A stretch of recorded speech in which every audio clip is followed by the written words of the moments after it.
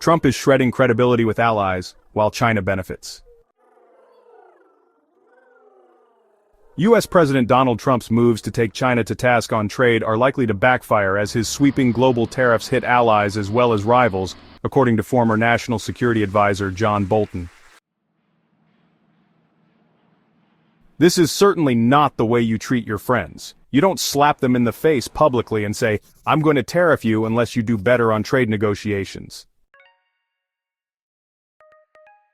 And in fact, the one country that really deserves a trade war, China, we've put them in a much better position strategically by going to war on tariffs with our best friends, whereas if we had all joined together, maybe we would have had an impact on China's behavior. So this is not just an economic blunder, which I think it clearly is. It's a strategic blunder that's going to cost the United States dearly if this tariff policy isn't reversed.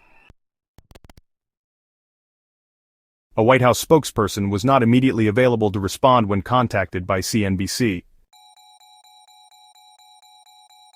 Trump sent global markets into chaos on April 2nd, which he termed Liberation Day, unveiling tariffs on nearly every country and territory based on a calculation that economists roundly criticized as nonsensical.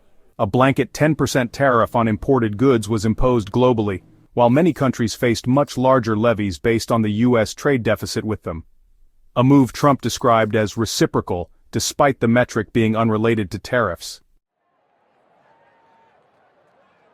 Within a few days that saw market mayhem, trillions of dollars of wealth erased, and a spike in U.S. Treasury yields, Trump announced a 90-day pause on the larger tariffs but maintained the blanket 10% measure on all countries, including Washington's closest allies, as well as prior 25% tariffs imposed on Mexico and Canada.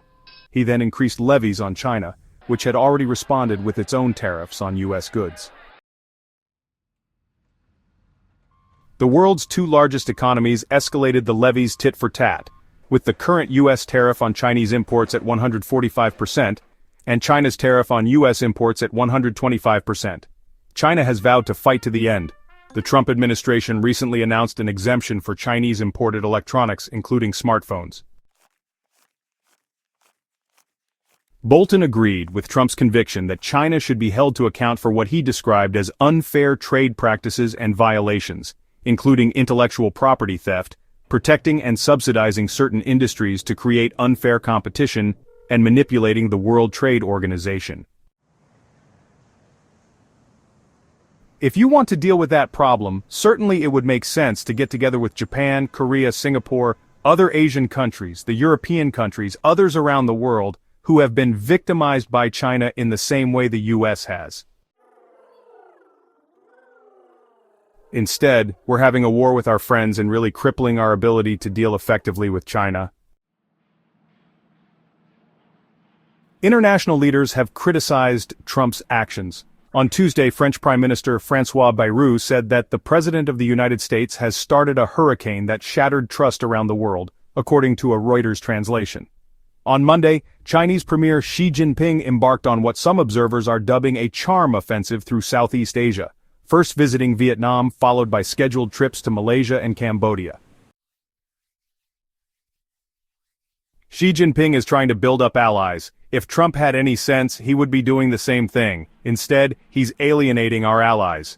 The damage that's being done to us, credibility, our good faith, people's reliance on the United States built up over the last 8 decades since the end of World War II, Trump is shredding, and China, of all places, is saying, you know, we're really an island of stability in the midst of all this turmoil. I don't think Trump understands this.